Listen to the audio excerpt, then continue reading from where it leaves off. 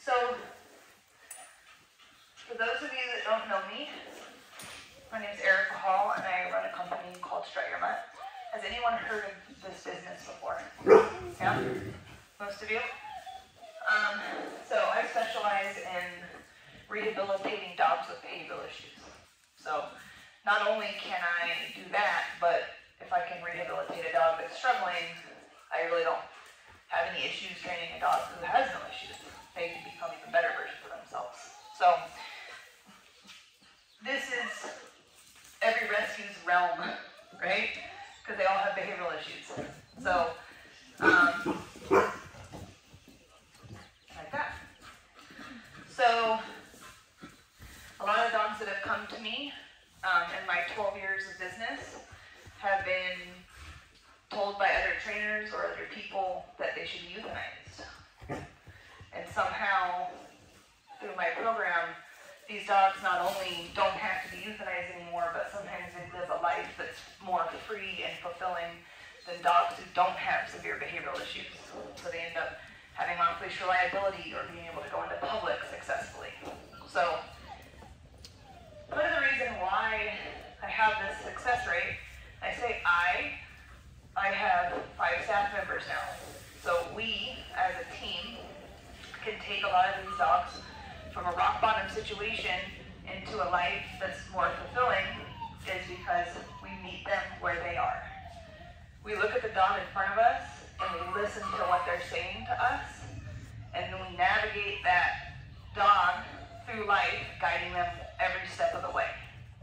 So this allows this dog who feels very, very lost, very, very insecure, to feel like they're next to a human who's advocating for them. So this gets me very far in terms of turning these dogs around.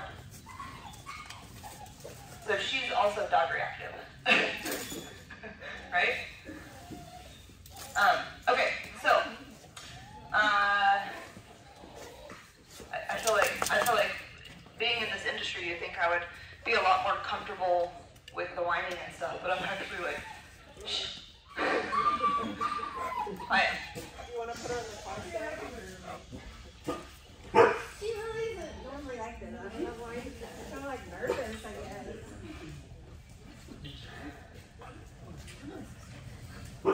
Okay. So everyone here loves dogs, right? Like, that's obvious. None of you would be putting your time and energy into one listening to this lecture, but you know, the fosters here, the volunteers, all of you have a really, really strong love for dogs. So do we. So does my team. We love dogs so much that we're even willing to sacrifice things that we want from them if that's not what they need.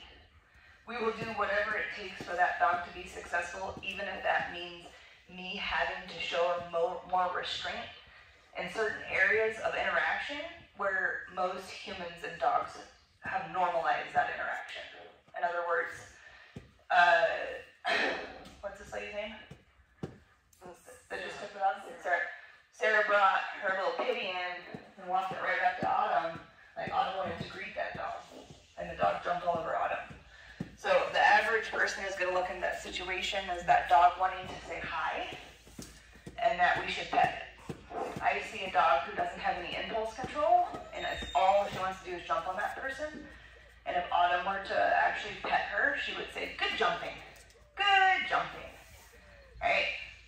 So everyone's goal here is to make sure these dogs don't come back to the foster or come back to the rescue. Everyone here wants these dogs to find a home and to stay in that home. Most homes,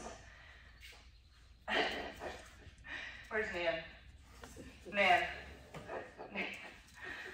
You need a sanctuary, girl. You need your own sanctuary. This is a hard industry. Nan and Michelle can vouch for this, you guys. Most homes, the dog jumped on me, take it back. The dog barked at another dog on a leash, take it back. This dog is not perfect in 24 hours. I don't want it anymore. And so, for the volunteers and the fosters, not that dogs necessarily translate training from one hand to the next. That owner does have to do some work. But for fosters and volunteers, volunteers, you guys can be doing some work inside the home to set them up to not be returned, right? So this idea of this dog is jumping on someone, that means they want to say hi, is one of the many myths and misperceptions of the dog-human relationship. A dog jumping on you is disrespectful, period, exclamation point, end of story. Puppies jumping on you, they just want to smell you more, right? So if a dog is under 5 months of age, that's the puppy realm. They're doing that because they want to smell you more. But when they start getting into adolescence and adulthood, that is a very, very rude conversation. And what you'll actually notice, if dogs jump on each other, they'll get into a fight, especially if they don't know each other. So if they jump on you, it's the same conversation. A dog would correct it, a human pets it. So that dog that's jumping on people and getting pet is now learning that that's what we do with people. We're petting it, we're reinforcing it, they're learning that behavior. Now they're going to go jump on everyone.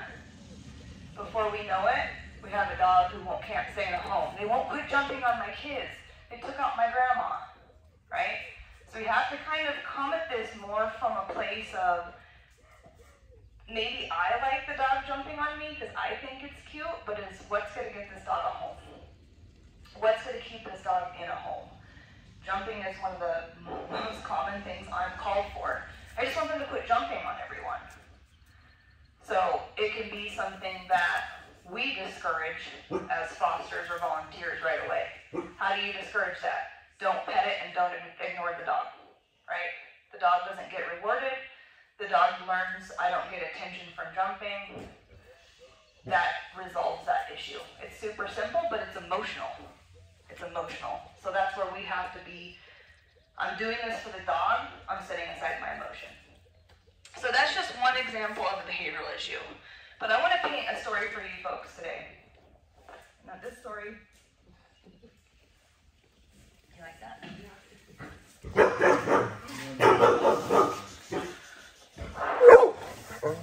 This is Matt. Matt not work for me. That's Autumn, that's Matt. So I want to paint a story for you folks today. The story is going to start with a human perspective. So I want you to imagine a 4-year-old human child. They've been in the foster system, and they go to a new home. This home has maybe a mom and a dad and maybe another sibling. And that foster child has been abandoned by their parents, and they're incredibly nervous. They don't know these people at all. They're very unsure of themselves. And they walk into this home, and the owners, or the new parents, they don't show them where their bedroom is. They don't show them the rules of the house. They give them lots and lots of physical affection. So, sit on my lap. Sit right next to me. I'm going to put my arm around you all day long. But I'm not going to tell you how to feel about this strange neighbor that's coming over to visit you. I'm not going to give you information about that. You're going to figure that one out on your own. Your schedule is going to somewhat sync up with mine, but for the most part, you're kind of left to your own devices. I'm going to go to work today. Here's the house. Have fun. You don't have anyone supervising you. You don't have your bedroom. You don't have a safe place. But here's your house. I'm going to work. See you later. Now the kid is walking around the house going, well, I'm not really sure what my place is. I'm not really sure how I'm supposed to act, but I'm super, super nervous. So I'm just going to kind of navigate my mucky waters as slowly and calmly and kind of reserved as I can, because I'm so unsure that, and I'm not receiving any direction from this human. So I'm going to kind of stay reserved because I don't feel like I'm myself quite yet, right? And then as the human child settles in more and more to this home, they suddenly discover that not only are they getting more comfortable in that home, but there are no rules. It's frickin' Chuck E. Cheese here.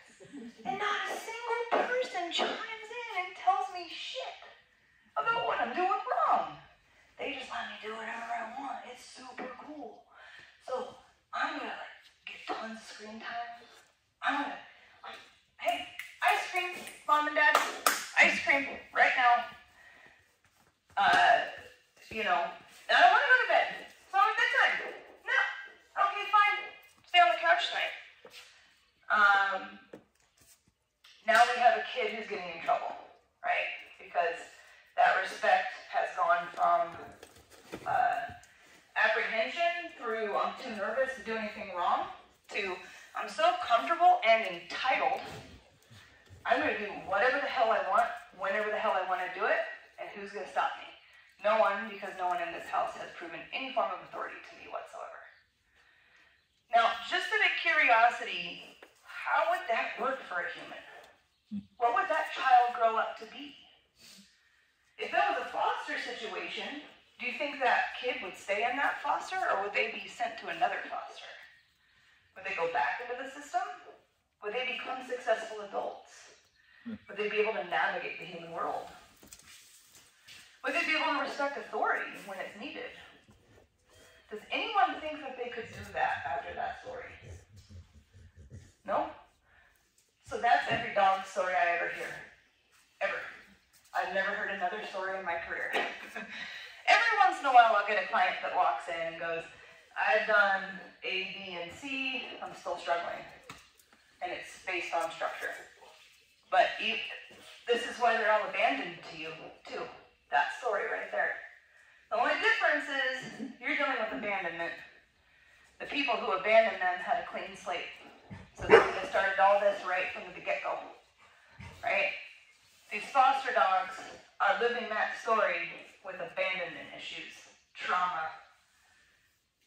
And if you think about relationship dynamics, they're living in a home before they were abandoned, where they were living that story of freedom, but only being told what they're doing wrong in that context. Because they keep making mistakes over and over and over and over again. No. This dog is an asshole. I'm going to call him Grand River humane. Probably not. We're just going to drop him off Mesa County Animal Shelter. No, we're going to dump them in Whitewater. There you go. Whatever the story, right? These animals deserve the same level of fulfillment, of direction, of love being a variety of things, not just affection. They deserve to know what the tone is. They deserve to know when we're in the house, this is how we behave. When we're on a walk, this is how we behave. When the guest comes over, this is how you should behave. When we go to chow down pet supplies, this is how you behave. We have to teach them the tone we want them to take in every single environment, and the majority of people think the dog should set that tone for themselves. This is why you're all in the situation that you're in terms of feeling the need to help this organization. Because this is a societal issue. This is not a dog issue. This is a societal issue. Dogs would be way more successful if everyone approached the situation in a more directive and interactive way with their dog that's full of structure and rules versus, well, dogs are dogs, so they should be free, and I'm just going to chime in when I disagree with what they're doing. That is the story I just painted for you. And it doesn't work for any species. It doesn't work for any animal. Like, they're all intelligent beings, and they all have the desire to connect with another individual in a way that's stress-free and balanced. So, I want to kind of keep going down this kind of conceptualization, because I think that methodology and dog training, I'm sure if any of you have trained with trainers before, we're all very different. And most of us don't agree with each other. I don't know a single trainer in this town that I agree with. So, I think we're very, as fosters, I think we're very vulnerable to what you said. That Great Pyrenees had what was basically a fatal neck wound. Mm-hmm. And there was got a dog having surgery tomorrow morning that needs a foster, blah, blah, blah. And so we get into this caretaking mode because the dog's sick, there's nowhere else to go, a million things. And then now the Great Pyrenees, the wound is fine. We've been medically released from the vet. And now I've got all these other issues that I probably, it wasn't done in the beginning, as you say, but I didn't help because I was trying to save her life, basically. Mm-hmm. So I need to learn how to jump tracks. Well, I appreciate you saying that, man. You've been doing this for a long time. So, like, perception can be so deep-rooted. I think of dog training as similar to religion. You believe it so much, you can't believe anything else anyone tells you. It's your faith. And I'm in the dog industry, the dog training industry, so I see it all the time. So for you to openly say, I think I may have messed up a little bit on this dog, I need to know how to do this differently, is really amazing, because it's very challenging for people to do. But yeah, so we create these stories in our head, right? And they're not just stories in our head, they're stories that we hear. And you hear way. I should give you my therapist number, because let me tell you, this shit that probably need it. No, you do. You do. I'm in therapy, you guys. I'm in therapy because this job is hard as hell. It's so freaking hard. Everyone thinks I just play with dogs all day. This job is so hard, and yours is so much harder. The stories that you hear. So it's easy to get caught up in the story. You know, oh my God, they were bathing in white water. Oh my God, I have a traumatic brain injury. Like, you poor baby. But even in that context, what would a human need? Just love? Freedom? Does a human need freedom in that situation? No. They want to know they're safe. They want to have routine. They want their world to, and dogs and humans who have surgeries and major traumatic events, they want the world to be so small, this might be it. If you think about coming out of a major surgery, just coming out of having COVID, having a minor head cold that lingers, how many of you go to bars when you're like that? How many of you guys are like, let's go to the dog park? Just had a traumatic brain surgery, you know?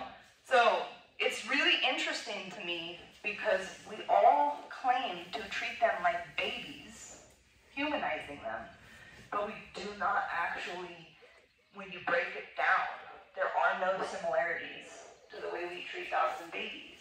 Because babies have routine, they have structure, they have rules and boundaries. And you know, it's a hard comparison because babies are so infantile. I like to think of them more like a 2 to 4 year old. You know, that's the comparison I like to draw more on. And so, like, you know, you don't let your 2-year-old run around the backyard. You have to put them in like a playpen. You know, and so you don't let your kid decide when to do everything. They're on a schedule. You don't let your kid have access to whatever they want whenever they want. They have to have permission, or in a lot of cases, they have to do something before they get it. You don't get that screen until you eat your vegetables. You know, you're not going to get to go see your friend until you clean your room, right? So this whole baby thing drives me nuts because we don't treat them like babies. We treat them like stuffed animals. That's how I feel. I feel like we treat them like stuffed animals. We're not giving them the full spectrum of love. We're cutting it off at affection and food, and then we're just completely disregarding the rest of that equation. Dogs need so much. This is why they're so lost. It's because they're like, I don't understand why there are cars and bikes and skateboards and other dogs everywhere in loud places. Because on a biological level, if they were left alone in nature, it would be quiet. There would be none of these things, right? So they don't understand any of this. So hopefully she's not going to have a little small meltdown. She's just checking on keto since it's summer. All right. So I want to kind of go down this perception path. Okay. How many of you This is just going to be a Q&A, yes and a no. How many of you love people? Love them. There you go. How many of you want as many friends as possible that are humans? Okay. How many of you would like to get physically intimate with someone you don't know? Can I sit in your lap? Do you want me to give you a bath massage? Do I have a kiss? Okay, cool. Just checking. All right. How many of you like to go out in public and receive a lot of attention from people you don't know? Cool. How many of you like to have a lot of attention and spotlight on you when you're really nervous and insecure? Okay, do you see where I'm going with this? We don't treat them like humans. We treat them like stuffed animals. These dogs are so nervous. Every single dog here is nervous, even yours. She's just pities covered up with excitement. And they have everything pit bulls do is forward. They're bred to do that. Forward, forward, forward. Every pit bull I get in here is nervous. Hers. That's why he's reactive. He's nervous, right? So it's not, I want to go say hi. It's not, I want to go jump on you. It's genetics. People reinforce it with affection. Genetics. People reinforce it with affection. Right? So your dog, that dog is, you know, she needs so much decompression, such a smaller world, you know, but so nervous, so lost. That dog is everything he's doing right now. If you bark at him because he's nervous. Every time I flick my hands up, that's a nervous response. This guy's been the chillest of them all over here. That does not necessarily mean that he's not confused about certain things, right? Every time I do anything new, anything. Now, I just want to precursor this. I've walked up to 20 dogs at a time. Most dogs can get awfully reliable with me. I have been attacked more times than I can count. I've broken up dog fights left and right. So I tell you this story because I'm a strong person. I have a strong head on my shoulders and I can accomplish a lot. But anytime I do something new, I'm nervous. Anytime I am re-exposed to something exposed to something that I have no experience in, I'm nervous. I was nervous before I gave this speech, right? So it's just because they're wagging their tail at the chow down event doesn't mean they're not nervous, right? These dogs, every time you take them somewhere new, it's the equivalent of me doing something new. They're nervous. They're insecure. They're waiting for direction. So we have to keep these things in mind because if I'm nervous, and everyone's going to operate differently. Everyone has different coping mechanisms, right? If I'm nervous, the last thing I want anyone to do is touch me. I don't want it. I actually don't even really want people to pay attention to me because I'm processing and I'm working through this, right? And then of course, we're social animals, so eventually if you're nervous and I get talking and I loosen up and I start to feel better. So there can be an engagement that kind of draws you out and loosens you up a little bit, but when you think about these nervous dogs at, say, a chow down event, not only are they nervous, but they're being window shopped. So they're paying attention. Strangers are paying attention to them constantly. Strangers are touching them constantly. Strangers are literally spotlighting them the whole time. And some of those strangers might even be you, right? Because the dogs don't know you. So having that perspective can give you a lot of sort of almost like a different way of viewing where the dog is coming from. Because the majority of people think if their tail is wagging, they are by default happy. How many would agree with that? If the tail's wagging, they're happy. No? Mostly?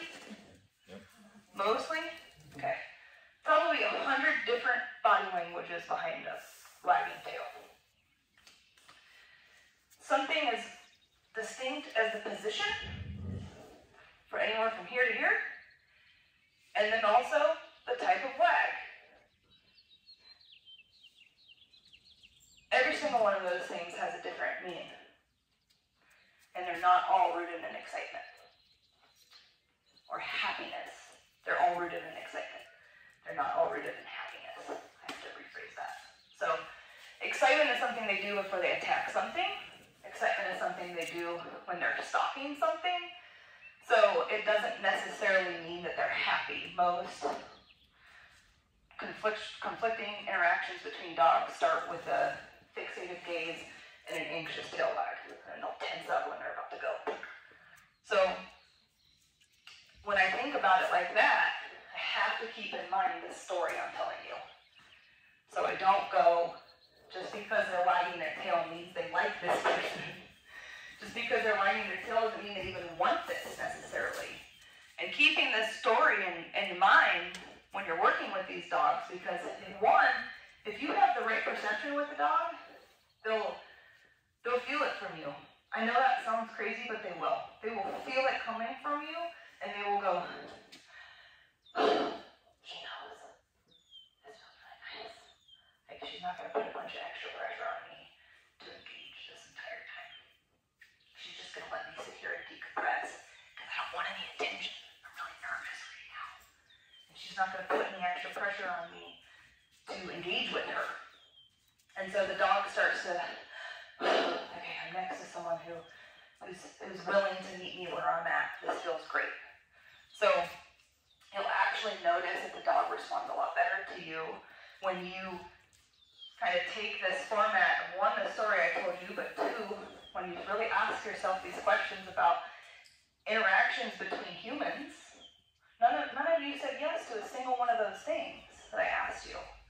But yet society tells you that dogs like everything on that list. They love other dogs and people. They love when strangers pet them. They absolutely love having as many friends as possible. I do not believe that. I believe that is why I am so busy. Because these animals feel the same way you do about social interaction. Just because they're pack animals doesn't mean they like everything and everyone. So if you can think about it from that perspective too, it gives them that moment, because you're going, oh my gosh, I totally get it now. This dog doesn't really want me to pet him, he just wants me to be here for him. And that's enough. Similar to if you were in his situation or hers. So if I were to grab one of these dogs right now and start working one of them for you, or even if I just grab one of them, just held them while I spoke, I would not pet them. They don't know me, and I don't want to touch, no offense, but I don't want to touch any of you today. Thank you. Right? And that's what the dog is saying to me. Thank you. I don't know you. I do not want to be touched by you. So, this is hard for a lot of people to wrap their minds around initially, because some people have been doing this for a really long time. Man, right? Like, the more you've done a certain way, the harder it is to want to, don't pet it. Like, this dog doesn't need this from me right now. Because it's ingrained in us to,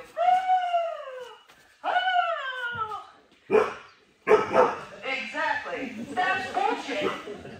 That dog's like, we gotta stop that behavior. That's exactly what I don't like people doing to me, right?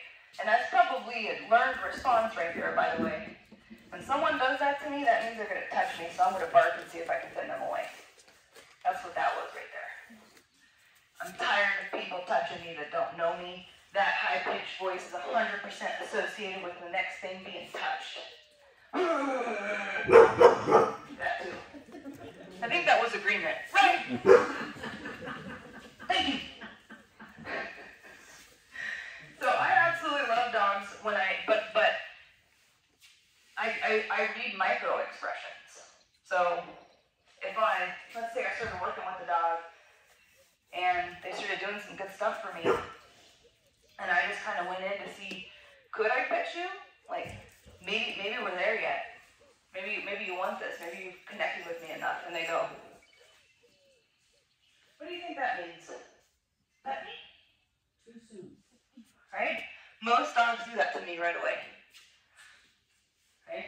Oh God, that's a lot. I don't want to. But if we don't go slow enough, we're not going to read whether they even wanted it or not. Right? So at first I'm kind of slow. Do you want this? No.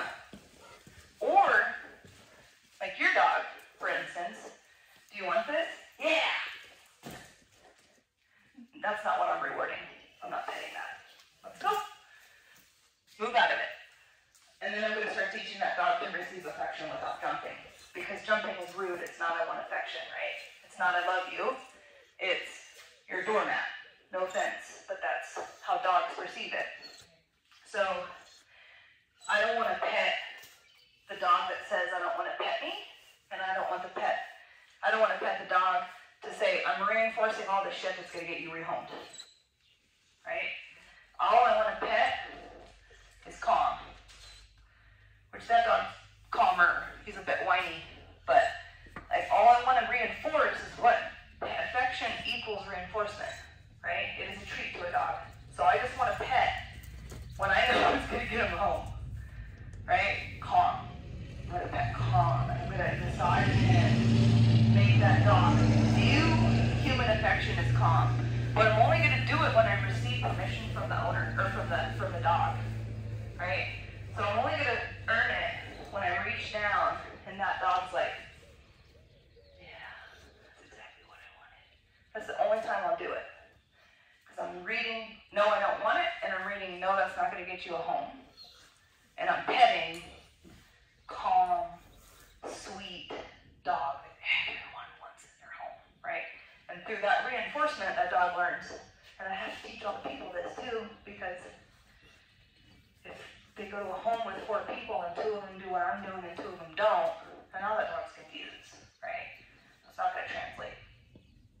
But that gives you some perspective into maybe how I would go about, like maybe even volunteering one of your, like if I decided to go and hold a dog for you while people came and did some window shopping. Like that's what I would do. I would just probably stand next to that dog calmly and be a super calm presence for them.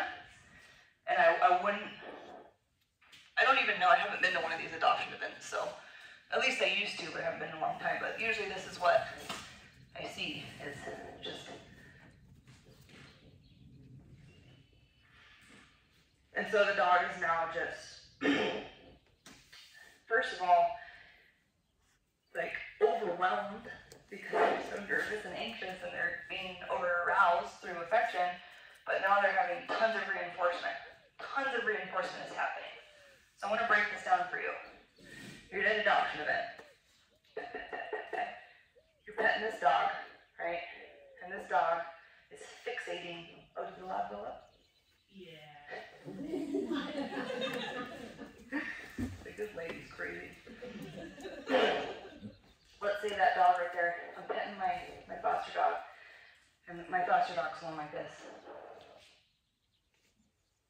Have you ever seen this before? That's a stalking behavior. And if that dog moves,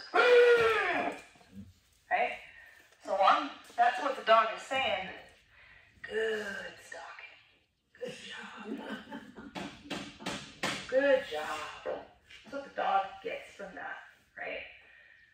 So some of this is, the dog doesn't want constant affection. Some of this is, why is petting? Because if you pet the wrong thing, you're teaching them that is what societally okay, right? Now, not all of you know body language and understand it, so you might not know what you're petting, but we have to, as a society, start learning this, because this is, I'm sure you know, the shelters are inundated. We have a serious, we have, the worst I have seen in my career, and ever since COVID, it's been an absolute poop shoot. Wouldn't you say so? Yes, when the economy started struggling and adoptions went down. Mm-hmm. So, and I was even talking to Michelle about, I'm going to work a little bit more on perception today, because I think it's important. stealing it from you, you know? And if we wanted to do another one that kind of went over more like how-tos, we could always do another one. Because some of this is, well, how, or what would I do? And that's not always something we can like get in a short period of time. But, you know, we have a real problem in our society because there's no, like, you don't have to educate yourself before you get a dog. No one does. Everyone waits until the dog is such a disaster that they either hire a trainer or get rid of it, right? Everyone who has a baby has a whole freaking bookshelf of how do you raise a damn baby. They get their parents involved if they have them, you know? Any outsourced resource they can get. How do I handle this human baby? It's so overwhelming and terrifying. And that's the same species. So we're at least communicating on the same page.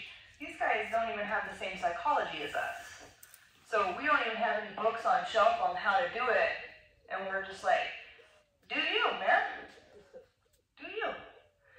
And some people truly think that is enough.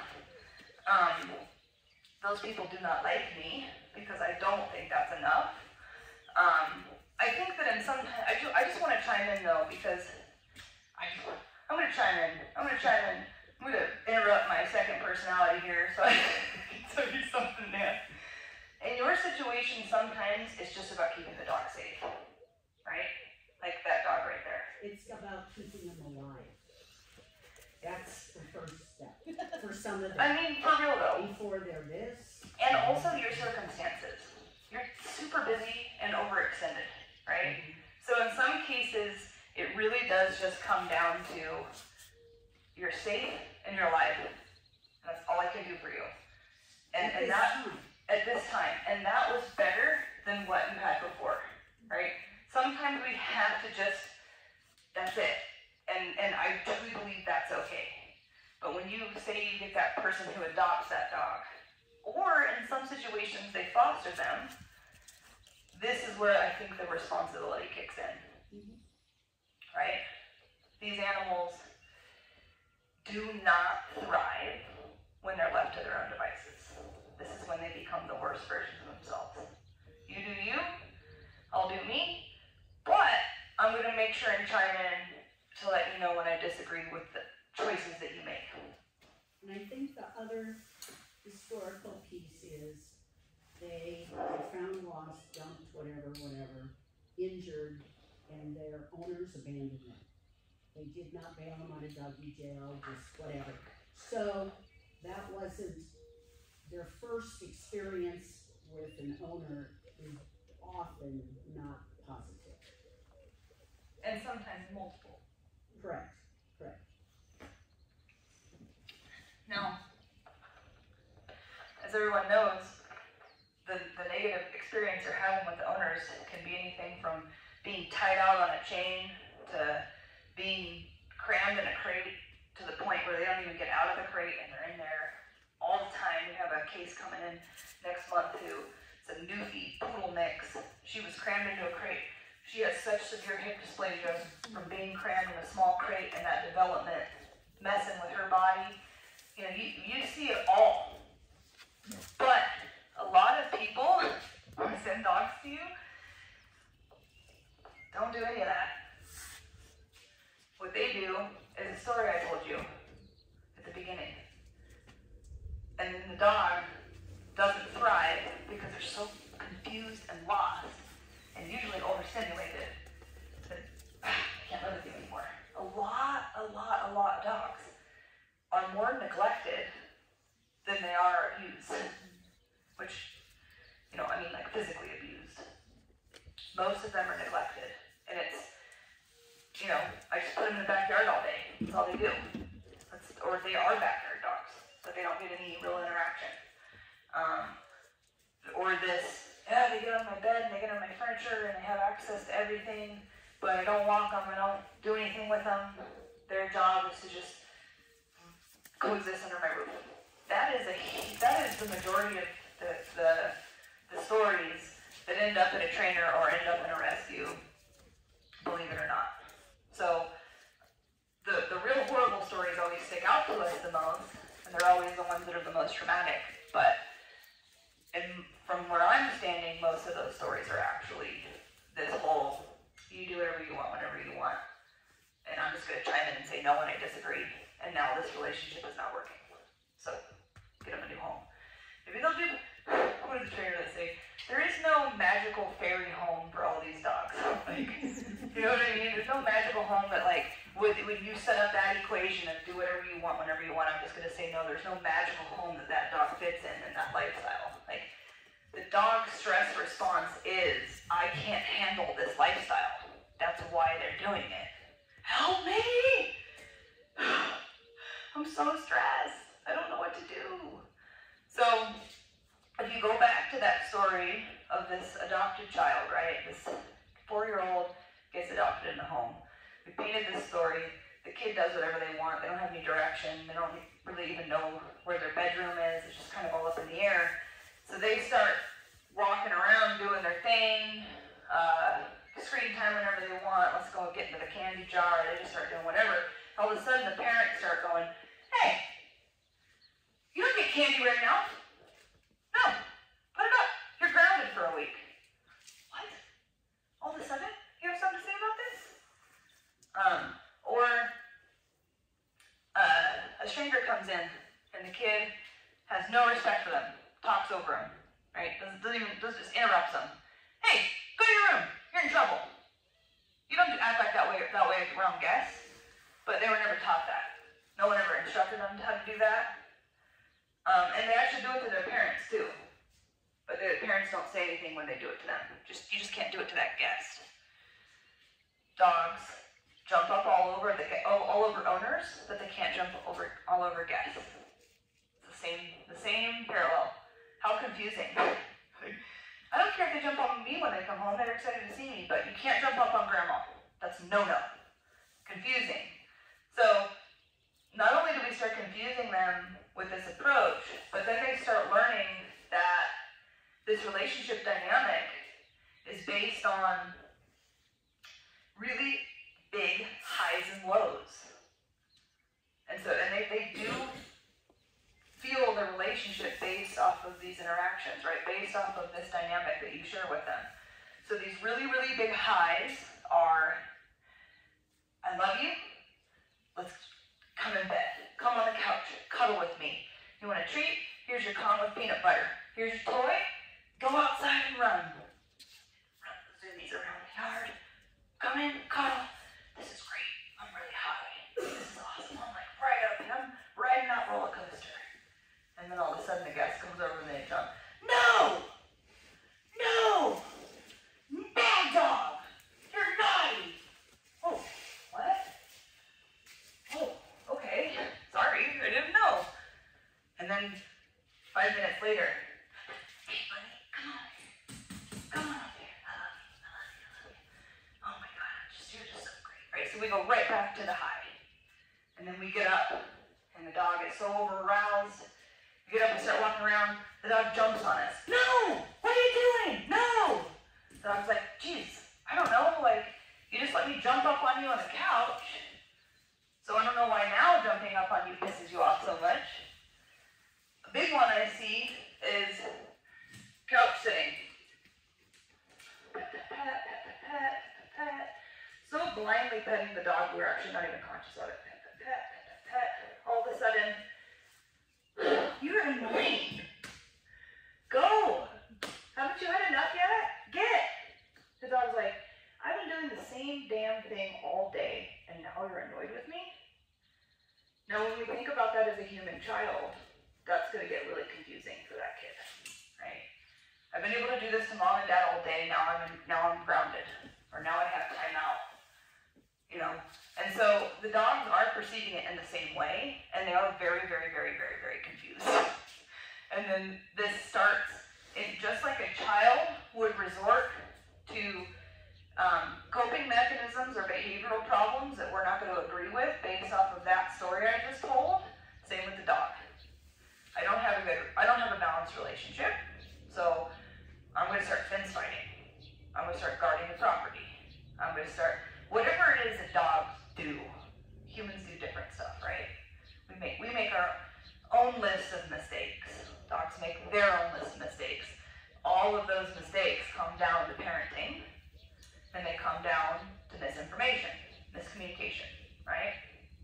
So this is the hardest part about dogs, in my opinion. It is very, very similar to raising a child. It takes that much work, if you want to do it right. And so no one really wants to put that much work into the dog, which I understand, because it is a lot of work and we're all really busy. But all these stories and parallels I'm describing to you, there are many, many, many more, and they all equate to the same thing, which is they're not all that different from a 2 or 4-year-old kid. And if you think about raising a 2 or 4-year-old child, what's the time that you're going to have to put into that kid to make them the best version of themselves? 1 hour a week at PetSmart, or a lifetime? You know, you buy a six session package, and we did a sit and a down with a treat, or how I live with my dog, how I coexist with them. It's the how I coexist with them piece that's going to not only make them the best version of themselves, but in your case, these foster dogs won't come back to you. Or these, you know, you won't, when you're a volunteer, you won't be holding the same dog every single time, because we can't, it just keeps getting returned over and over and over again. Can I ask a question? One, what keeps me awake at night. Do you want a pen and paper for all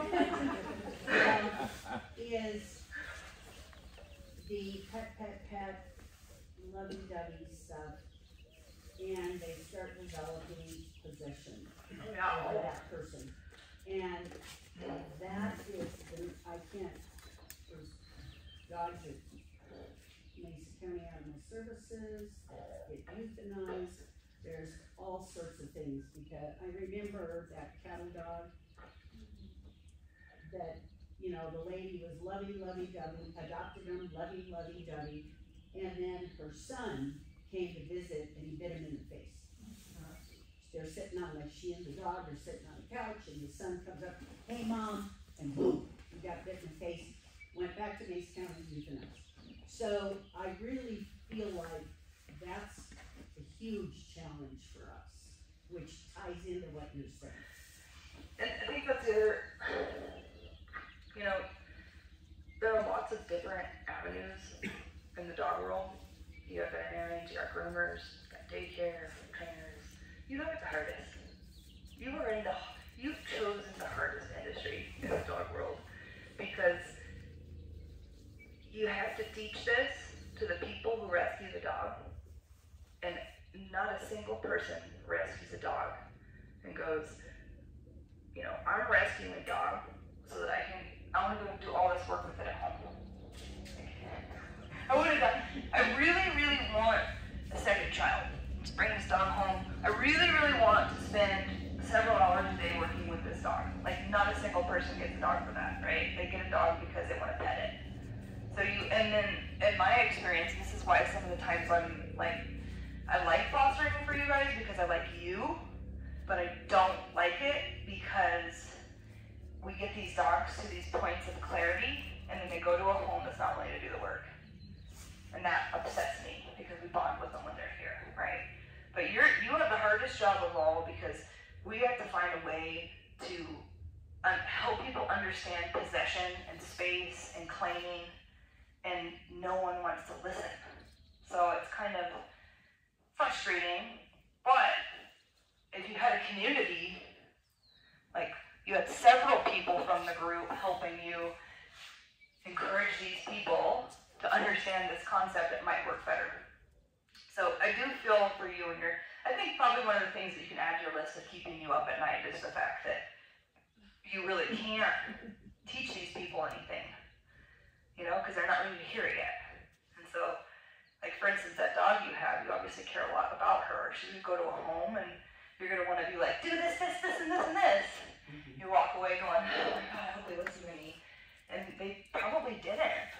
Or at least they only listened to half of it. They took what they wanted and left the rest to the side, right? So I feel for you. You have a really I admire you too, but both of you. I tell her this all the time. I admire both of you because I would struggle with that a lot. I would probably get aggressive. But let's go down this possessive path. Let's go down possession and resource guarding and claiming and where all this stuff is coming from. We have to keep in mind, you guys, that these are predators. All of these dogs, even that influx of little baby poodles that you got in a while back, if there are no humans around, they're going to go kill something to survive. It is in their nature. It doesn't matter how domesticated these animals are. Biologically, they're designed to kill an animal for survival. So we forget about that when we bring them into our home. They have tendencies that none of us really can relate to because we're not dogs, right?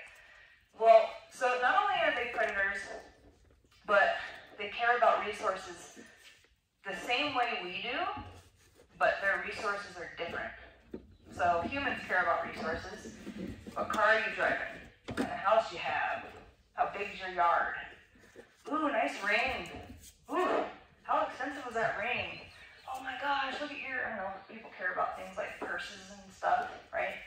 So everyone humans value resources, and of course every human values resources differently, but it's usually kind of material stuff, or land, like a space, right? And so we have everything sectioned off into properties. So humans care about this, all animals care about this, because resources equate to survival, but dog resources, they don't care about your car, they don't care about your house. They care about water, food. In the human home, they're going to care about the toys that are spread out over the ground, the bones. They're going to care about your property line, because that's theirs territory. But space can, humans become a resource. In all the situations I work with, the human is the resource. And it's perhaps the greatest resource because a lot of good things come from that resource, and I also guard it. So this is a big resource. So if a dog can take over this resource, now it belongs to them, so they can guard it. Hit that kid's face. This woman's mine. I didn't say you get into her space. Children running around the house get bit, but the dog was sitting right next to the mom. That movement startled the dog.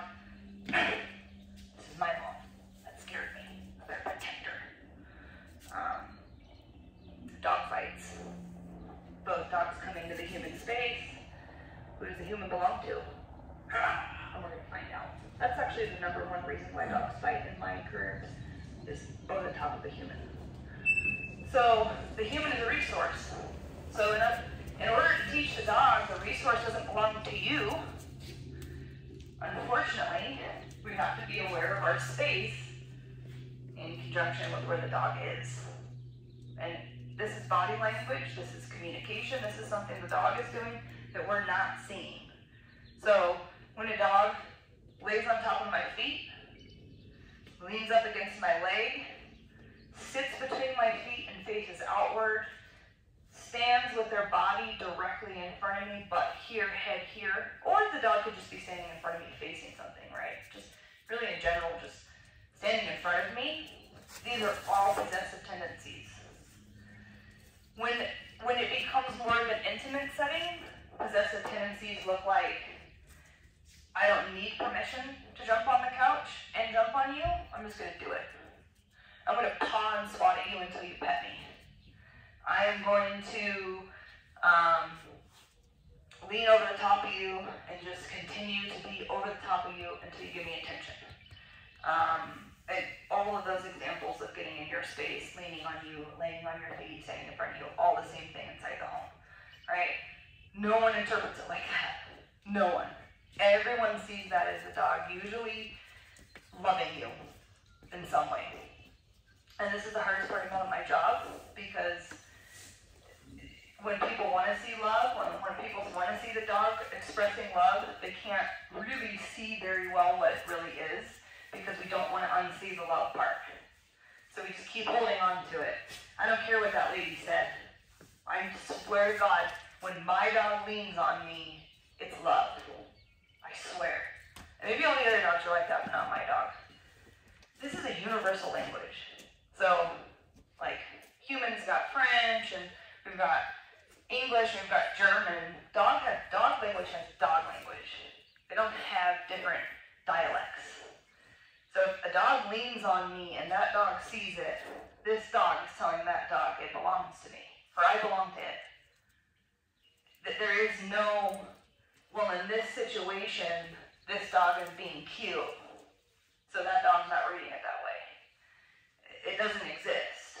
So we can create and paint whatever story we want if it makes ourselves feel better, but at the end of the day, that story that Nan just told would have resulted from that. It would have all started with that. And then it just progressively got worse until the dog was like, now I own this space so much, and I'm so nervous about everything, I'm just going to start fending these people away from my owner. I'm going to protect my pack. I have a question. We've had lately several, and I'm going to say it's been mostly pit bulls, who get adopted out. They get along fine with the other dog in the family, and then after 2 or 3 months, they say the dog all of a sudden doesn't like this dog anymore. Is that part of what you think is going on with that? Absolutely. Absolutely. And then you add other resources. So people aren't aware of resources, right? So the dog has a communal water bowl. Let's feed them face to face. Like, all of my dogs eat so far away from each other, I don't want them competing over resources, and I also don't want to supervise, right? So let's feed them right next to each other. Here's a communal water bowl. Let's put a basket of bones and a basket of toys out. This is inundate the dog with resources to compete over. And at first, when you go back to that very first story that I told you about that kid that's too nervous to do anything, that dog is too nervous. Is this my resource? And the dog goes, no, it's mine. Oh, shit, okay. Oh, I'm too nervous. Alright, can I have a little bit of your dog food? Oh, shit, okay, cool. I'll stick on my dog bowl. Okay, go up to the human. 2 dogs. We're both saying hi. That dog goes, this is my human. Oh, shit, okay, I just moved in. It's yours. I'll take it. And that dog, day after day after day, is told by the human, no, these resources are yours. These resources belong to you, too. This is yours. This is yours. It's all yours. And that dog goes, okay, now I'm starting to get comfy. Now I'm starting to get cocky. That's not your resource. Let's go, bro. Right? So it doesn't always have to be the human, right? But it usually is. It's usually a number of things. But none of these dogs want to start fights. None of them want to. Most dogs don't want conflict. We breed it into them by sharing these resources, by almost inundating with them to the point where they have more resources than they know what to do with. You know, more money, more problems. And so this is the story that I would guess. And of course, everything is contextual, right? But I would be safe to say that that's what's going on. And the unfortunate part is once dogs start fighting, especially pit bulls, oftentimes they don't have an off switch. So now you let the dogs back out and they start going right back and doing the same thing. But it really all stemmed from that initial story. Just pit bulls have a tendency to never forget. So they're like you know how pit bulls latch and they don't let go? I think of that literally in terms of mentality. They'll never forget the rabbit on the corner of the street. 10 years from now, the rabbit's no longer there. You can probably relate to this. Yeah. I'll never forget I got in a fight with my sibling. So the next time I see him, game on. They have a hard time literally and figuratively letting go of things. So, but yeah, so this possessiveness stuff does come down to us. Like, I usually encourage people to pick up all their resources. You know, usually not water bowls, but if it's an issue, I'll tell them to do that. But that's rare. Water bowls are usually down on the list of issues, like down low. But I'll say pick up your bones, pick up your toys, you know, feed them separately, feed them in separate crates if you have to, and really just avoid that competition over things. And then I'll also tell people, one dog in your space at a time. That's it. And my staff learned this too. One dog in your space at a time. If you can't remove one of them, stand up and walk out of it. Just stand up and just move. Get them out of it.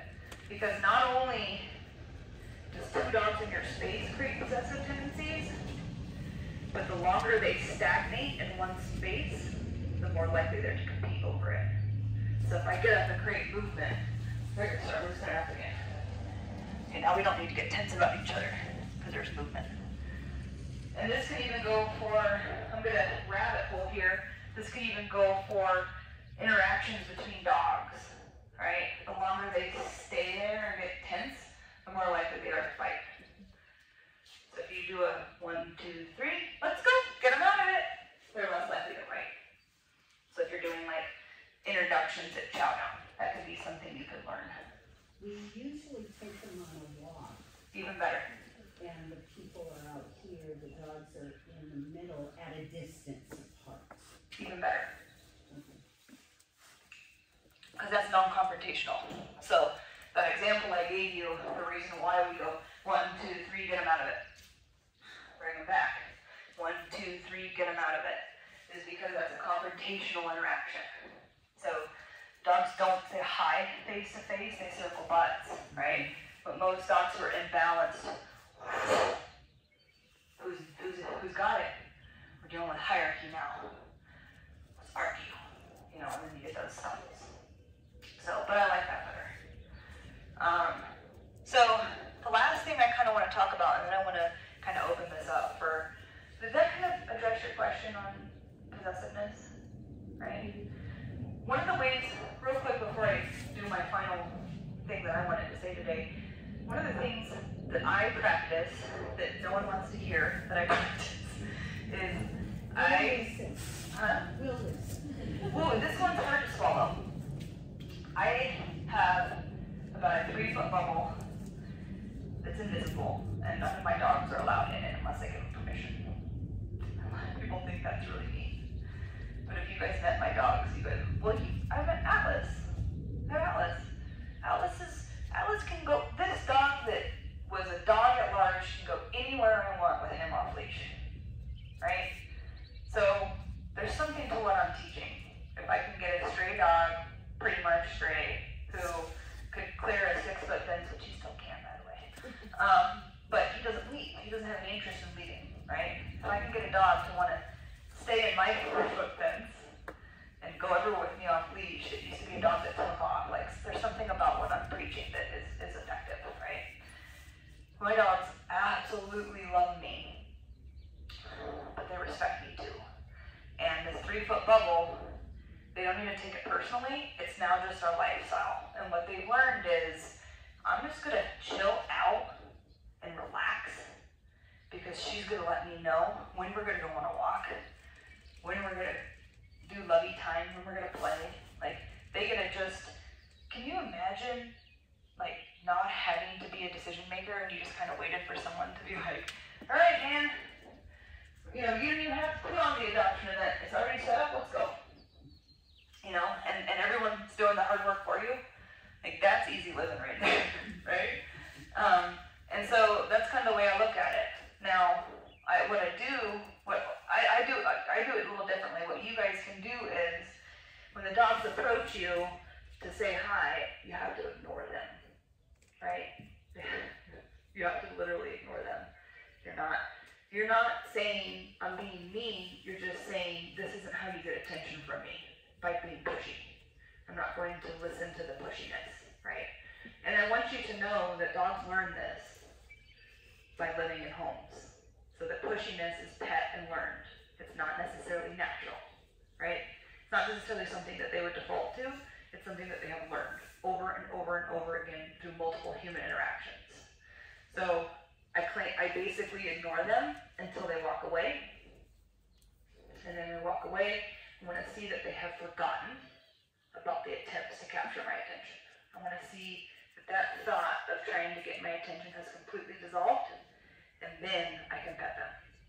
So whether I call them over to me or I go over to them, I don't really care. But the whole idea is to start painting a picture with the dog that you can't just come in my space whenever you want. You ever had an experience where you sit down like this on the floor in your house and you can't even do yoga? I could be in a pack of 15 dogs and do this, and not a single one of them would approach me. Whether you think that's, like, you might think of that as mean, but the way I look at that is respect for me to be able to bend over, stretch, grab something off the floor, and not feel like the dog has an invitation to pile drive into me whenever they want, right? And most people can't stop their dog from doing that. And this is how you do this. This is how you stop that. This is how you have control over your dog in your space. So if I don't want to pet you, because sometimes people get sick of it. Constant. I don't want to, now you have an on and an off switch. Right? I invited you in, love, go lay down, now it's done. So I like it because I don't have to worry about being pile drive by a dog, but also I can kind of decide whether I want to or not. Now, there is an advanced stage of this with a lot of really, really nice dogs that we work with, where when they've gone through all their behavioral testing and they've passed all their goals and they're really well intentioned, that we don't always follow this to a T, right? So this whole, you can't get in my bubble until I say so. But it's for the dogs that are not reactive on a leash, they're not pulling, they're not possessive, they don't have resource guarding tendencies, they're not showing signs of aggression, right? So these are dogs, we're willing to break that rule for those special cases that don't have a bunch of shit going on with them. But it never starts that way. It always starts, and even the nicest of dogs, with, you have to understand that my space has boundaries. And what's crazy about this concept is that this is how dogs are with each other too. So if you observe dogs, they will claim their space as well. And I don't know if anyone has ever seen this, but if you ever see a dog approach another dog and they show their teeth and that dog retreats. Has anyone ever seen that before? That's the same thing I'm talking about. The only difference is that I'm not showing my teeth. I'm just passively claiming my space, basically. And when dogs show their teeth, I don't see that as necessarily being mean as much as a conversation. I don't want you in my space, man. Stop. Not instead of like, I don't correct dogs that do that, by the way. Like, I mean, I guess it's contextual. Some dogs that might, but like, you can tell other dogs that you don't want them in your space. Just like I would empower my human child to say, you can tell other people you don't want them in your space, right? So biting and stuff, no. But if a dog's like, that's them telling you, I don't want this, and I'm using my voice or my teeth to hope that someone will listen to that damn conversation, because I don't want to bite, right? So dogs that do this to each other, they claim their own space. So that if you were at the volunteer event or you're fostering, you can do this at home.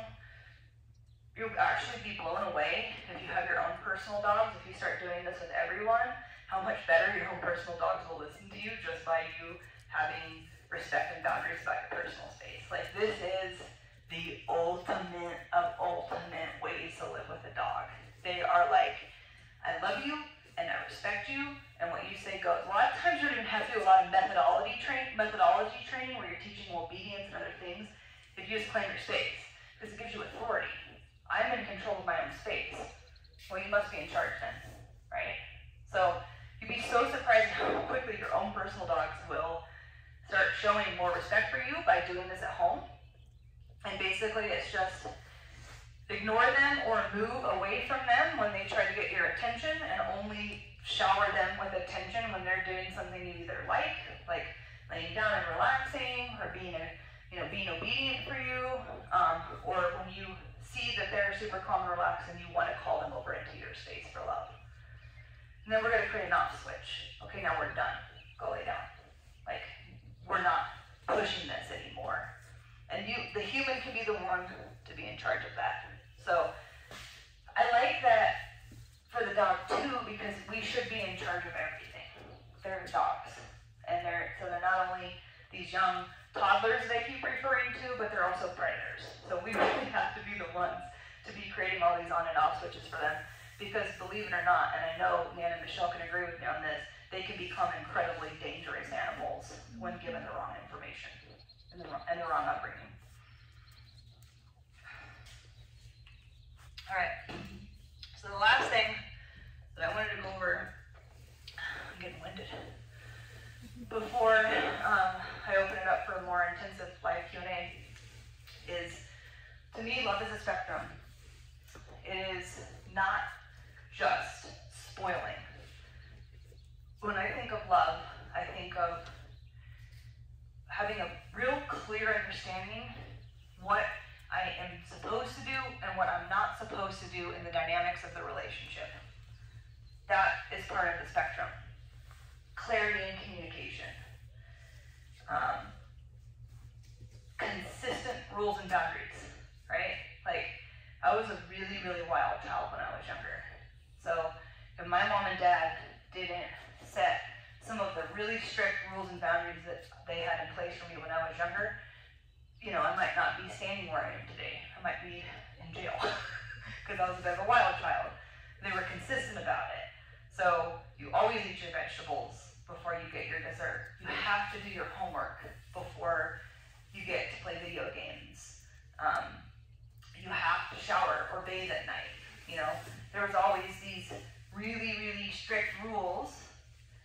You can't go play with your friends on Saturday until you've done your household chores, and I really actually did live this way.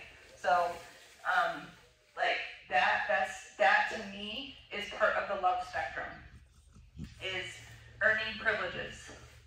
And then also, when you're not ready for those privileges, you don't have access to them until you've earned them, right? So that to me is love on the spectrum. For a dog, a walk is love. Fetch is love. Obedience is love. Off-leash hiking, love. Going to the river to swim, love. Giving them a bone, version of love. If you think about all the things we can love our dogs with, there's usually only one thing that I see happening, and well, two things happening in the human home on average. And that is feeding and affection. Those are usually the primary two things that I see going on inside the home. So the dog is getting the short end of the stick because what I view as this spectrum of love is not being met. So now we have a dog who's imbalanced. Would everyone agree that spectrum of love aligns with how you would view love? Raise your hand if you agree with that. Like all those rules, awesome. Is there anything anyone could add to what maybe could be something that could be defined as love in a relationship? No? Everyone's kind of stumped on that one. Safety. Shelter. Your own space. You know? Like, most people I know, and we definitely need, I have to be alone to like decompress, process, and just revamp my batteries, right? So my own space, to me, that's a version of love. So when you're thinking about this spectrum, and you're thinking about that story I painted for you at the beginning of this kid who didn't have any of those forms of the spectrum that I just went over, this is where you can start going, well, what can I do to share love with this dog? What can I do to fulfill them? What can I do to set them up for success so they don't come back? And that is, they need a crate. They need their own space. They need a safe den for decompression. Dogs are den animals, by the way. So they will, if you don't give them one, they'll seek it out. They'll look for a couch, they'll look for a closet, they'll go into the bed. You don't give them a den, they'll find one. Give them a den, give them their bedroom, show them, this is your bedroom. So they go, okay, I know where I'm supposed to sleep. Or, okay, I know where I'm gonna be when you're leaving the house, right? A crate, that's one thing. That's one version of love. Walks, another version of love. Playing with them. Not them playing with themselves and self-entertaining. Playing with the dog is a great relationship builder. It's love. But teaching them stuff. Like, for instance, this is the part where it gets hard for me to explain because I can't just go, this is how you walk a dog, or this is how you properly play with a dog. This might be our phase 2 of our lecture. But a dog that's pulling you around on a walk is mindless. There's nothing at all that they have to do to learn a damn thing. They just get a pull. Just throwing the ball over and over and over and over and over again is mindless. If there's no challenge in it, right? So those are still versions of love, but we can amplify that love even more by then asking them to use their brain, which they love to do, just like we do, right? And so that could look like teaching them how to walk on a leash so that they're following you or walking with you instead of dragging you around. Teaching obedience in fetch so that they have impulse control and obedience commands. Teaching them to calm down. That's probably the biggest thing that dogs need to learn, is just calming down. Like, you know how to go from a 10 of I'm excited all the way to I'm calm. That's how dogs should get off. Clearly I shouldn't have. So this is where I think they would be even more fulfilled, is instead of doing mindless things, they all want a job. Even those little poodles, right? Even those little tiny dogs that come in. They all want mindfulness of some sort. They crave it. And the more they don't get it, the more they're imbalanced. So we'll go to another story. Imagine if you never left your house. The only thing you had access to was TV. You didn't have any books. You didn't have any mind games like puzzle games or games on your phone. You really didn't get to have anything that created any sort of like mindful curriculum in your life, right? Any thought process. You were just in a house doing the most mindless thing you can think of, but you do it for like 10, 15 years straight. And every once in a while, you get to go to the vet.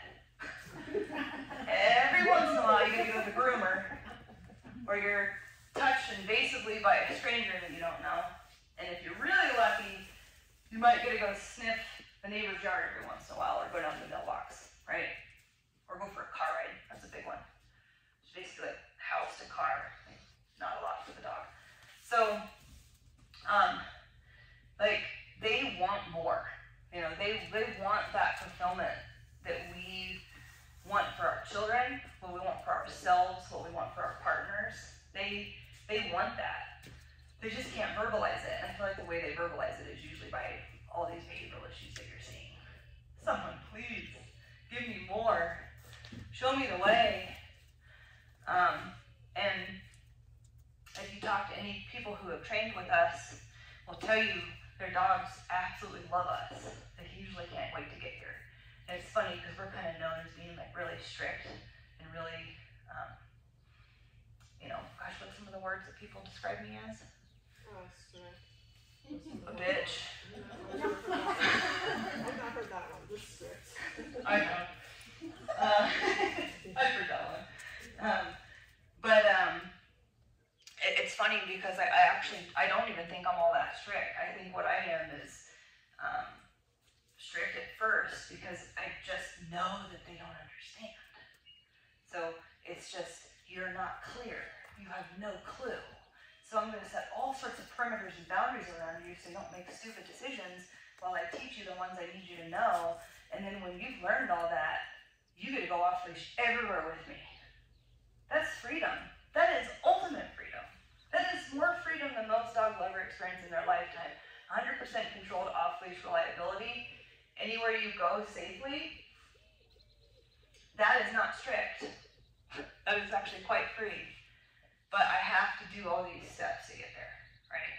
So I'm not actually doing this to deprive a dog of anything. I'm doing it because this is how they thrive.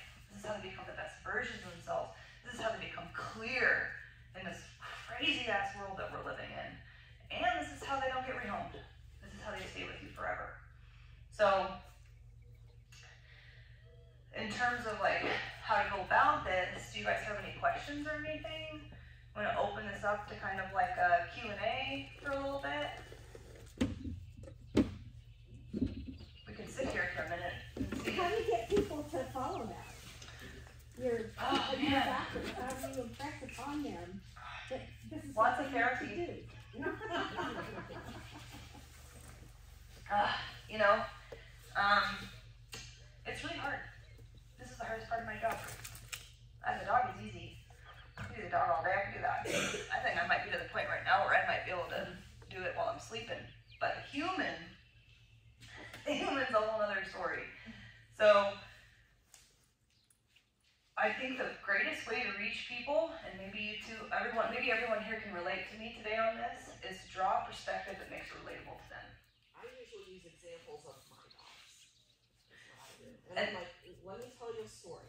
And then they go, Let me tell you a story. Yeah, and then this little light bulb. And that's why I keep telling you stories. These makeshift stories aren't even real. Because it goes, oh my God, I didn't see it that way. Oh, I never saw it from that perspective. And then I'll also go through another level of how do I draw perspective. So I'll ask them, what do you do for a living? And sometimes that's not enough. But do you have kids? Have you ever had kids? That can be the second tier question that I ask. So say, hey, I'm talking to I'm talking to a big burly man who's super assertive, right? Which, no offense to the men in this room, but if you've ever observed a man with a dog, absolutely no boundaries. Most men are feeling, I don't know what it is. I don't know if it's like some childhood void or what, but you ask a man to set a boundary around a dog, you would have thought I told him to murder their dog, right? Really big struggles. I talk to this burly man, big tall dude, what do you do for a living? I'm the owner of a bank. You own a company? Oh, okay. So, what if you didn't train any of your staff and you just threw them into the bank and you were like, here's your desk and your stuff and I'm gonna go sit in my office. I'll let you know when you did something wrong. They go, well, that would never work. Okay, well, that's what you're doing with your dog. You didn't teach them anything. You didn't give them any rules. You didn't give them no structure. You didn't tell them what their job was. You said, go run the bank.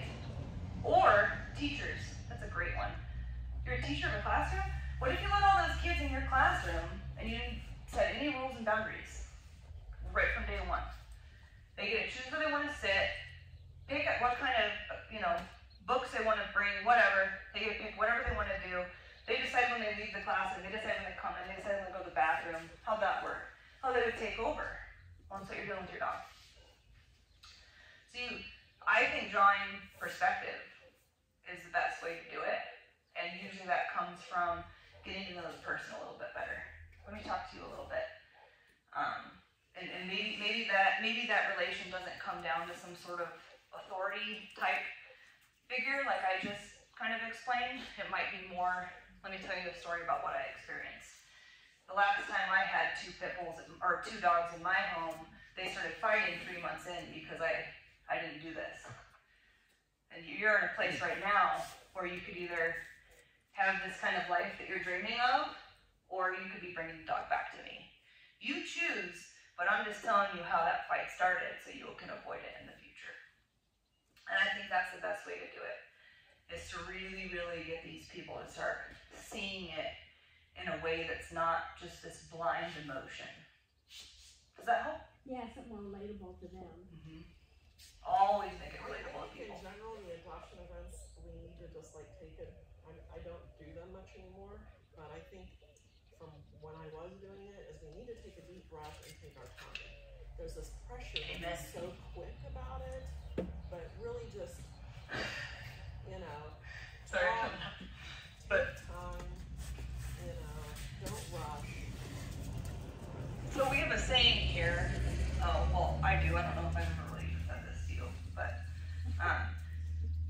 contrast you want to see in your dog. So if you want your dogs to be calm, don't meet them with excitement, meet them with calm. If you think about it from the dog's perspective, if I'm like, okay, we pull up, we're at Chad on the dog's in the back of your car. Come on, let's go. We gotta get ready. Come on, okay, I'm gonna go over here. All right, let's go. All right. The dog is literally like, holy shit. I have no idea why we're so anxious, why we're in a hurry. Is there a traumatic event happening right now? Like, am I about to like walk into a storm or a fire? Because that energy you're projecting, that hurried energy, is telling them something's up, something suspicious, maybe something wrong. All I know is that it's anxiety ridden, but I'm probably not looking all that much forward to joining it because I don't understand why, right? Versus, you go to your car, you open your door, shh, sit, just wait for the calm. Let's go, get them out, you're gonna pull, shh, let's go this way, come on. All right, we're just gonna calmly walk this stairs, pull, nope, I don't want you pulling, let's go this way. All right, we're just gonna slowly walk over to the bench. That dog is gonna be like, I don't know what's going on, but I know I feel really good when I'm with you. I feel safe, I feel calm. I don't feel like you're pushing me, or you're rushing me, or you're putting any extra pressure on me. Okay, I can do this. Do you see that? Can you see that? And you can see that too, just even if when you're human relationships, like if you have any friends or family who share that kind of frantic, anxious energy, calm down. Like, what's going on? Like, why are you so rushed? Why are you so hurried? Chill out. So we do this to each other too, but when you go back to that example of dogs being excited, being happy, oftentimes we don't see that picture that I just painted, because usually it just looks like, oh, you're happy to be here, and you must be really happy to get over here because you're pulling me, and your tail is wagging, right? So we just get into the habit of painting whatever picture we want to see, because life is hard and it's easier to see what we want to see. But this is what everything I'm telling you today is what the dog is seeing. And if you can hold on to any of these perspectives and take it with you, I personally love it when a dog goes, I love being with you. You just feel nice. You just feel calm. I feel safe. I don't feel like I have a bunch of pressure on me. Thank you so much. That's exactly what I needed right now. And to me, that is more valuable than it's more rewarding than anything else in my career, honestly. It's my favorite part. It's just watching these troubled dogs find something that feels so damn good. And it's all rooted in leadership and direction and being the contrast. I know you feel really anxious right now, but instead of feeding into your anxiety, like, you ever been with those dogs that make you anxious? Probably that dog that you had, man. Well, I know that she'll pull me over in a heartbeat. Well, that's why I was like, If I can't control her. Right next to this dog, you don't know this dog's temperament, but I'm like, oh no. But she probably makes you feel anxious, right? And the anxiety doesn't have to be like, you're making me anxious. It's just, there's something about the way you make, when I'm next to you, whether it's the risk and the safety, or how hyper you are, how much you're pulling, how big you are, but I'm anxious next to you. Versus, I'm not anxious next to you. I don't want you to feel that coming from me. I want you to feel that I have got this under control. Well, I started taking her for walks in my neighborhood, short walks, You're a trooper. and my husband goes, take your cell phone, honey. Yeah, I hope you have some limitations set for yourself, man, because I've already told myself, the older I get, the I won't take certain dogs anymore, as my body can't handle it. And I'm sure that I don't know, how old are you? You don't have to say that. I'm 70. Really? Wow, you're in great shape, girl. No, I'm not. Yes, you are. I work with 7-year-old clients, and you're in great shape. Most 7-year-old clients wouldn't be able to grab that line. You know what I mean? So all of that pulling is really putting that up. You've done your weightlifting.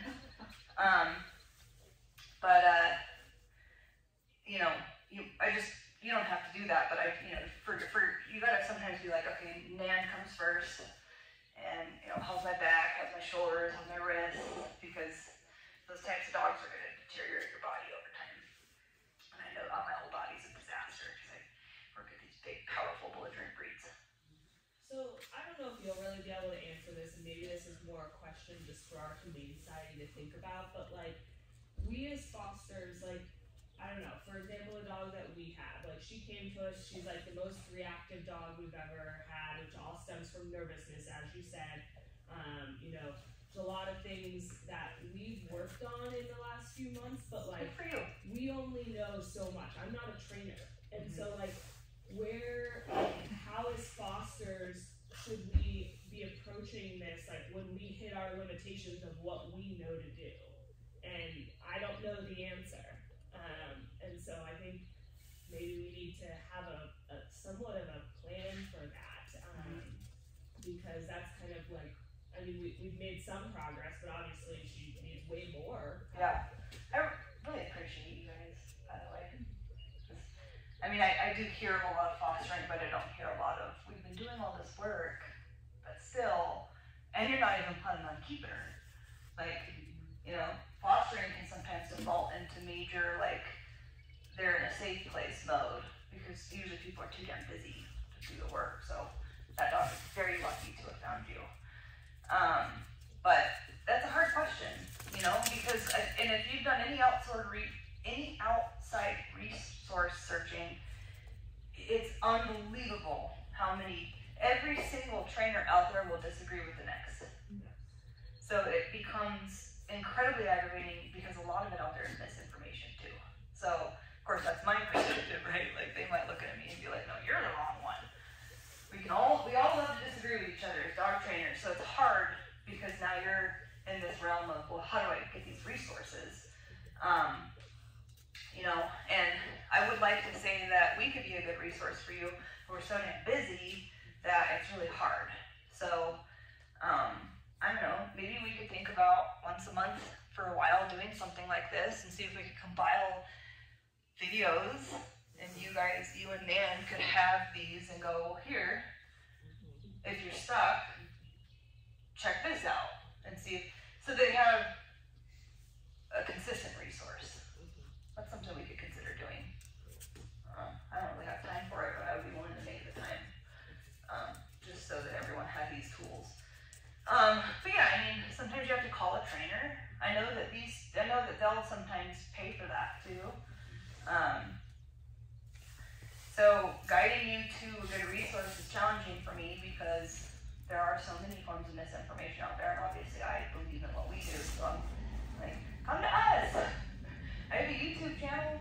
You go to Erica Hall on YouTube. You can watch some videos there and start educating yourself a little bit on that. But I can give you really, really kind of simplified what I think all dogs benefit from, right? The first is crate and calming all the weights down before they come out of it, right? So most people just open the door. If you think about a spectrum of 1 to 10 of excitement, if I start my dog at 10 of excitement, where are they going to go from there? If I start my dog at 1, I have all this room in between here to still communicate with them without them getting so belligerent I've lost complete access to their brain, right? Self-soothing exercises, like calming down in your crate is one of them, teaches these dogs how to have emotional regulation. So every single dog I work with does not have this. They don't know how to regulate themselves. They get so over-aroused and excited that they can't come down from the high. And usually the only way they do is they crash from it. So the high is so big that they crash, they get back up there high again, they crash. So this calming down in the crate, and this is, your dog is excitable, I can tell. So this is going to work really well for her, is I'm not even going to go into releasing you from this crate until you're calm. If first it takes a long time, eventually they become second nature to the dog. They just know that's the rule, so they calm down immediately. They take that self-regulating, emotional regulation of self-soothing into the world. When I feel this aroused, I know how to calm myself down. So it's a beautiful technique. Same thing at doorways. So entry and exit points are a big deal for dogs. They're the exit to the exciting world and they're the entry to their territory. Same with cars. That's one of the most exciting things in the world for a dog, right? So I'm going to calm them all the way down before we do that. And I have to have a leash on, right? I can't do any of this without a leash if they're not trained. But whether you just stand there and wait for them to calm down, you can also, what they call sit on the leash, which is just, basically you have the dog on a leash, and you just sit on the leash. You don't give them any leash, right? You just sit on it, but you just stand there and you wait for them to calm all the way down. That's a really passive way of teaching this, because some dogs don't know how to sit. So what we would do is we'd keep them in a sit until they calm down, right? But some people don't know how to keep them in a sit. So sit on the dog, just stand on the leash, and just stand there and wait for them to calm all the way down. Now we're going to go out the door. Another self-soothing technique. You're going to calm all the way down before you enter and exit a really exciting time in your life. That helps regulate them. It helps keep them more clear in their brain too, because they don't go out at a 10. They go outside at more like a 3 or a 5. So they're more manageable.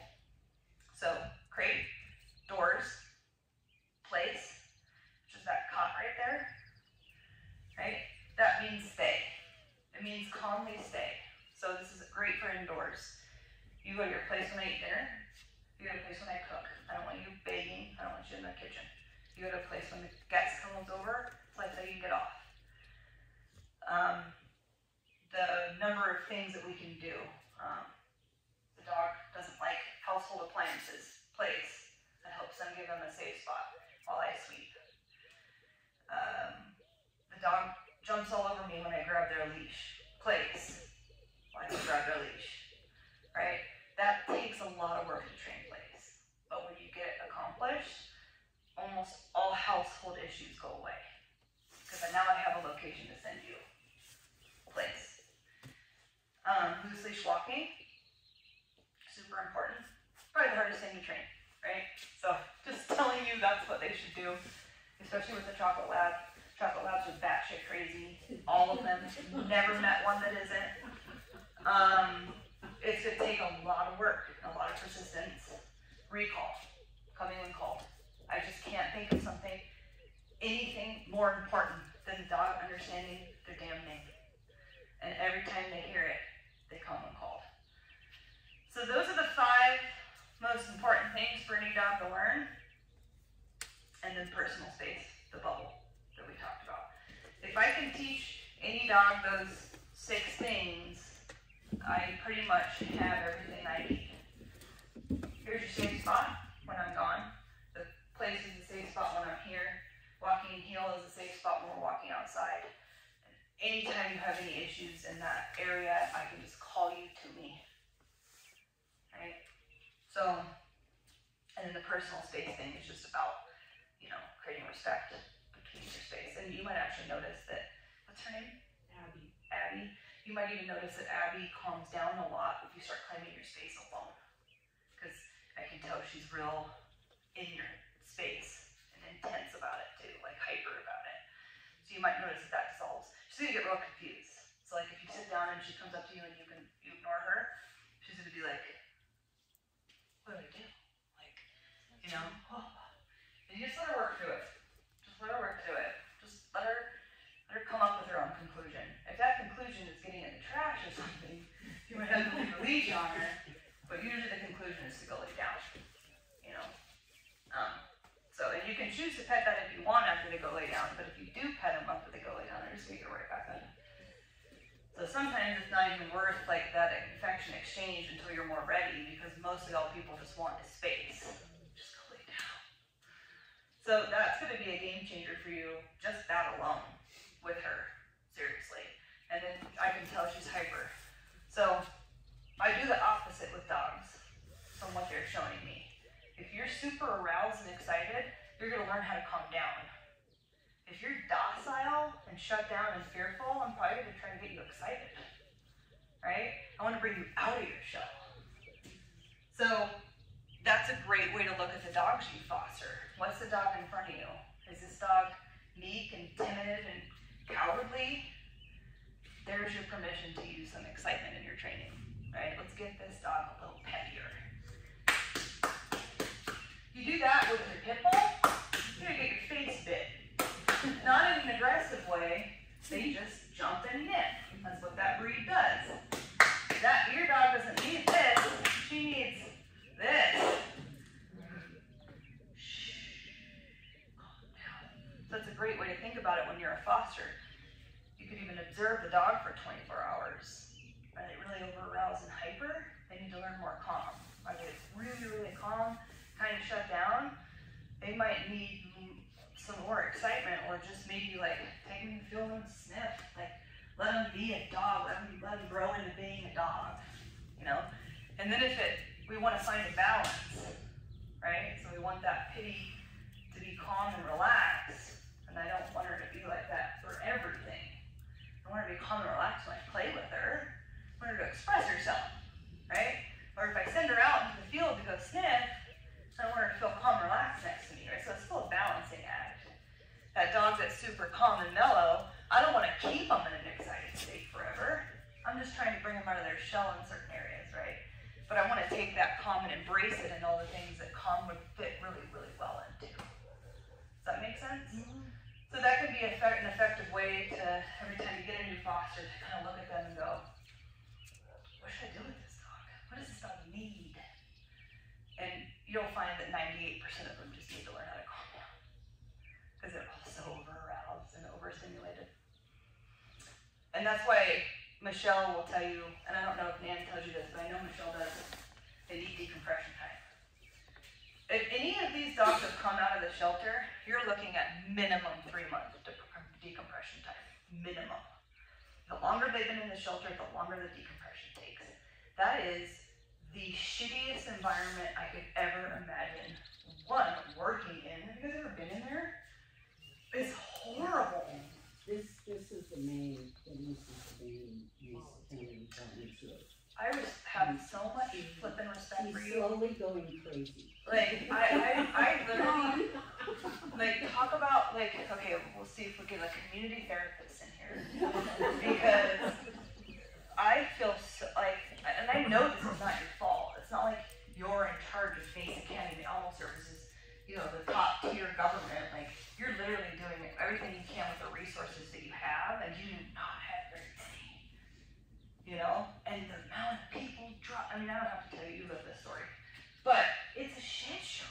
Like, I feel so sorry for those dogs. And it's, you know, I still look at that as at least they're safe, right? They're not at Whitewater abandoned. At least they're safe. But you know that those dogs are losing their mind. And so they are not going to be able to go to a dog park straight from the county. Well, they shouldn't be going. Surprised at how many people adopt in the next state's acre. Yes. To the dog park. That's literally why I'm saying this, because of how many times I've heard this story. I wanted to see how they would do with other dogs. I'm sorry, but if I've just been at battle, I don't want to go into a bar and meet new people. Zero interest. And there's so much trauma. There's stress hormones, there's insatiable barking, no one is sleeping, it's not comfortable, they're not getting exercise. You don't even get to see the outdoors really, you know? So stressful. So they're not just dealing with kind of being in prison, they're also dealing with zero biological fulfillment. So the last thing we want to do is bring the neighbor over to meet them. The last thing we want to do is take them over to the family's house. Look at my new dog! Last thing we want to do is take them to the dog park. Like, let them form a relationship with you. Let them decompress. Let them sleep. Let them feel their territory. Let them feel their home in their backyard and go, oh my God, this is actually mine. Like, this is, well, I shouldn't say that because that could be possessive. But this is ours. You know? Like, I don't have to be in that box anymore. Let them decompress all the way out of that Because if you don't, you're assessing a temperament that to me is not true to the dog. You're seeing a temperament that's true to a dog under trauma, that's true to a dog under stress. And if any of you have, there is no way that not a single person in this room hasn't been through some form of trauma in their life or stressful event. Are you your best version of yourself, and would you want someone looking in at you and assessing who you are in that moment? And that defines you. These dogs are operating out of stress. And even the ones that are decompressed usually, because they're still living in that first story I told you. No one's giving them any direction, right? So these forms of aggression and reactivity and destruction and possessiveness and resource guarding is, help me! I don't know what to do, and all I know is that I'm a predator and these are my primal instincts and no one understands me. Just help me. And that's truly how I feel those behavioral issues are almost expressed. Might be an indirect way of expressing it, but that's kind of how I view it looking into that window. So, does anyone else have any questions? Us as volunteers, so Saturday morning adoption event, the dogs are coming straight from Mesa County. They're already amped up, they're stressed, they're in the van. We're all pulling them out, trying to get them separated, trying to get them walked and pottied and food. What is the best way, like that is the most high stress, high anxiety, like what is the best thing that we can do for those dogs as volunteers? Saturday, my first time meeting you, you're not a dog I'm familiar with, like how can we do that? How can we be that presence to help them just kind of take a breath? Because some of those dogs come hot out of the van, drag you down the sidewalk. There's some of them that some of the volunteers can't handle due to age or limitations or other things. Like what can we do to make that a better experience for those dogs? Can we maybe like give everyone a half an hour more before the actual thing starts? So like when does it start? 9:30. Like if everyone got there at 9 and had a half an hour to let these dogs decompress before all the, like what time do you get there to get the dogs out? 9:30? Does everything start at 9:30? So this is why this is 9:15. Well, I think what she's saying is the dogs come hot out of the Yep. in the van. But could something be done within the van? And it's so barky so in the van, like yesterday, I had to get the little healer out because she was so over the top because of all, it's just so stressful in the van. It's so stressful where they live. They're there for probably double the time now that they used to be. Yes. We adopted a dog yesterday that Denise adopted. He's been at Mesa County since December. We adopted two, both the shepherds. Yeah. So they're, we've got a problem going on here. So the getting there early though was my way of kind of starting if we have more time, we can wait longer. So maybe you're saying like the people that are maybe coming to see them shouldn't come until 10 if the dogs are gonna get there at 9:30. Because we can't really change when the dogs get there because that's picking up from Mason County and that kind of stuff. So, but we can change when the adoption event stuff. That's what I would do because now I want you to think about compounding stress, right? Like if we're rushing through all this and now we have strangers touching, you have a dog that's more likely to bite. And that may have never happened, but like if it did, I wouldn't be like, oh, what? They bit? Because it makes sense to me, right? They're over-aroused, they're out of their mind, they have no clarity, they're just belligerent. Now I have someone reaching in and I don't know.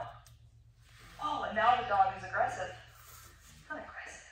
The dog is so terrified, just defending themselves. So if you had 30 more minutes to go up to this van, I actually don't even know if this is possible. Yeah. Because you got, 10 dogs screaming? Yeah. You know, like how do we get 10 dogs influencing each other?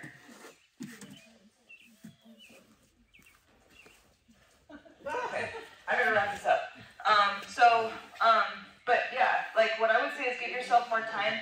If you can try to as best, I don't know, you can maybe show them threshold work and see if we can at least get them a little calmer before they come out of the truck.